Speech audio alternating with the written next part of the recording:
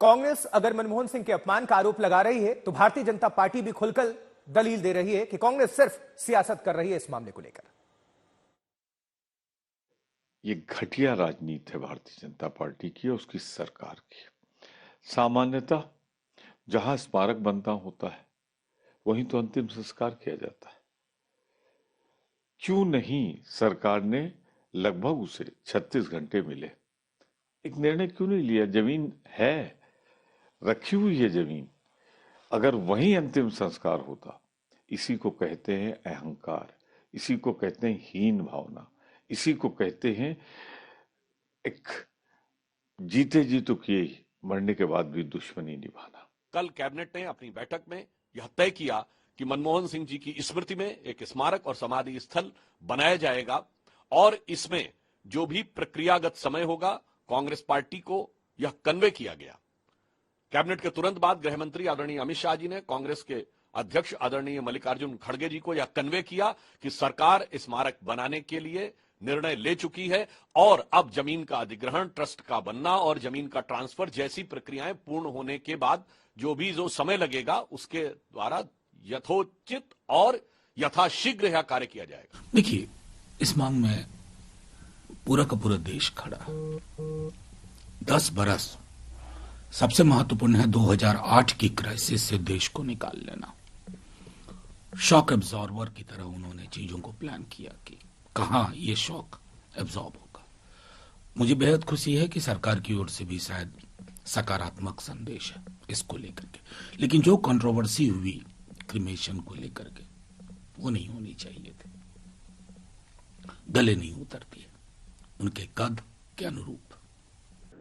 राहुल गांधी की पार्टी ने बाबा साहब भीमराव अंबेडकर जी को 1 कट्ठा जमीन तक नहीं दिया अंतिम क्रिया के लिए, और मनमोहन सिंह जी के लिए प्रधानमंत्री ने रात को 12 बजे फाइल साइन की और उनको वो जगह दी गई। मनमोहन सिंह जी को उनकी विनम्रता और शालीनता के लिए हम हमेशा उनको दिल में रखेंगे। चलिए तो कुछ और समझने की कोशिश करते हैं, कुछ और डिटेल्स आप सभी तक पहुंचाते हैं। दोनों पक्ष किसका क्या तर्क है, क्या कह रहे हैं। स्मारक पर संग्राम जो है, सरकार ने मनमोहन सिंह जी का अपमान किया, यह कहना है राहुल गांधी का, कांग्रेस का। जेपी नड्डा पलटवार करते हैं भारतीय जनता पार्टी की तरफ से, कहते हैं स्मारक पर विवाद, कांग्रेस इसको लेकर सियासत कर रही है। जीते जी कांग्रेस ने मनमोहन का अपमान किया, जेपी नड्डा ने इस तरह से पलटवार किया, हमला बोला। उधर अंतिम संस्कार वहीं होना था जहां समाधि बने, ये राहुल गांधी का कहना है। राहुल मौत पर भी राजनीति कर रहे हैं, ये जेपी नड्डा की तरफ से पलटवार। यानी दोनों तरफ से अपनी अपनी बयानबाजी चल रही है इस पूरे मामले को लेकर। पंचतत्व में विलीन हो चुके हैं मनमोहन सिंह, लेकिन उनके स्मारक को लेकर ये स्टेटमेंट्स आ रहे हैं। पीयूष मिश्रा हमारे साथ, हमारे संवाददाता जुड़े हुए हैं। पीयूष, मनमोहन सिंह नहीं रहे, सदा के लिए खामोश हुए, पंचतत्व में विलीन हुए, लेकिन स्मारक को लेकर यह हमें सियासत देखने को मिल रही है। तो अभी क्या हलचल है इसको लेकर? जी बिल्कुल आशुतोष, इस पूरे मुद्दे को लेकर लगातार राजनीति हो रही है। पहले कांग्रेस पार्टी ने इस बात पर चिंता जाहिर की कि मनमोहन सिंह जो देश के सपूत थे, उनके स्वर्गवास के बाद जो मोदी सरकार है उन्होंने उनको एक जगह ढंग की नहीं दी और मेमोरियल जो है वो बनाने की बात जो सरकार नहीं कर रही है। लेकिन उसके तुरंत बाद ही हमने देखा कि बीजेपी की तरफ से पलटवार किया गया और बीजेपी के राष्ट्रीय अध्यक्ष जेपी नड्डा ने साफ कह दिया कि कांग्रेस पार्टी जिन्होंने मनमोहन सिंह के उनके कार्यकाल के दौरान उनको जो सम्मान मिलना चाहिए था वो सम्मान नहीं दिया और आज वो उनके सम्मान पर राजनीति कर रहे हैं। बल्कि सरकार ने मेमोरियल बनाने का ना सिर्फ फैसला लिया है बल्कि जगह भी अलॉट कर दिया। इस तरह की बातें बीजेपी के राष्ट्रीय अध्यक्ष जेपी नड्डा ने कही। लेकिन अगर हम इस पूरे मामले के पीछे तथ्य में जाएं तो 2013 में यूपीए की सरकार ने उस वक्त ये कैबिनेट नोट पास किया था जिसमें कहा गया था कि अगर कोई भी राष्ट्रपति, पूर्व राष्ट्रपति या प्रधानमंत्री, पूर्व प्रधानमंत्री और उनका देहांत होता है तो उनका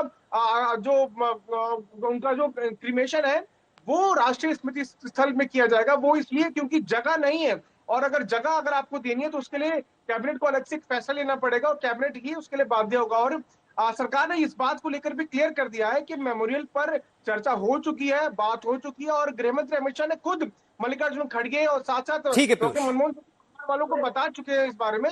लेकिन फिर भी इस पर राजनीति लगातार हो रही है। ठीक पीयूष, नजर बनाकर रखिएगा, दोबारा आपका हम रुख करेंगे। बहरहाल आपका बहुत बहुत शुक्रिया।